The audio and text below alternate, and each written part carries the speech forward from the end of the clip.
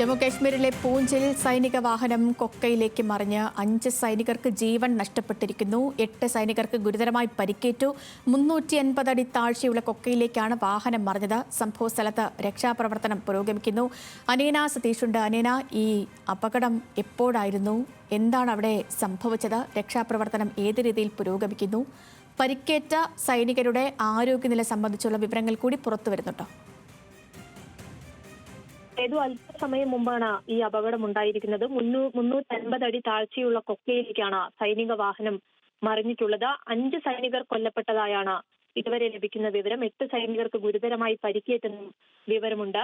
പൂഞ്ച് ജില്ലയിലെ മെന്തറിലെ ബൽനോയി മേഖലയിലാണ് ഇത്തരത്തിൽ അപകടമുണ്ടായിരിക്കുന്നത്. ഖൽനോയി ഘോര പോസ്റ്റിലേക്ക് പോകുന്ന വഴിയായിരുന്നു അപകടമുണ്ടായത്. എന്തായാലും പരിക്കേറ്റ സൈനികരെ ഇപ്പോൾ ആശുപത്രിയിലേക്ക് മാറ്റിയിട്ടുണ്ട്. അവിടെ പ്രാഥമിക ചികിത്സയൊക്കെ നൽകി വരികയാണെന്നാണ് ലഭിക്കുന്ന വിവരം. സംഭവ സ്ഥലത്ത് രക്ഷാപ്രവർത്തനം ഇപ്പോഴും പുരോഗമിച്ചുകൊണ്ടിരിക്കുകയാണ്.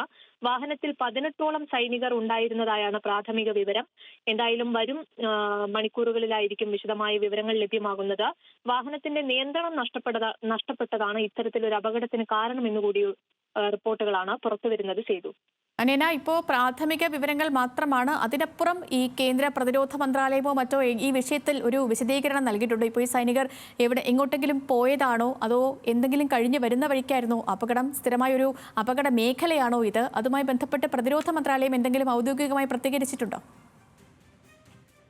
ഔദ്യോഗിക പ്രസ്താവനകൾ ഇതുവരെ വന്നിട്ടില്ല. എന്തായാലും ബൽനോയ് ഘോര പോസ്റ്റിലേക്ക് പോകുമ്പോഴാണ് അപകടം ഉണ്ടായതെന്ന വിവരമാണ് ലഭിക്കുന്നത്. ഇപ്പോൾ രക്ഷാപ്രവർത്തനം പുരോഗമിക്കുന്നത് കൊണ്ട് തന്നെ വരും മണിക്കൂറിലായിരിക്കും നമുക്ക് വിശദാംശങ്ങൾ ലഭിക്കുക എന്ന് കരുതുന്നു. ശരി. അനീന സതീഷാണ് വിവരങ്ങൾ നൽകിയത്. അത്യന്തം ദാരുണമായ വിഷമകരമായ വാർത്തയാണ് ഈ ദിവസം, ഈ മണിക്കൂറിൽ പുറത്തു വരുന്നത്. ജമ്മു കാശ്മീരിലെ പൂഞ്ചിൽ സൈനിക വാഹനം കൊക്കയിലേക്ക് മറിഞ്ഞ് 5 സൈനികർക്ക് ജീവൻ നഷ്ടപ്പെട്ടിരിക്കുന്നു. ഗുരുതരമായി പരിക്കേറ്റവർ എത്രയും വേഗം ആ പരിക്കുകളെ അതിജീവിച്ച് തിരികെ വരട്ടെ. അവിടെ രക്ഷാപ്രവർത്തനവും പുരോഗമിക്കുകയാണ്.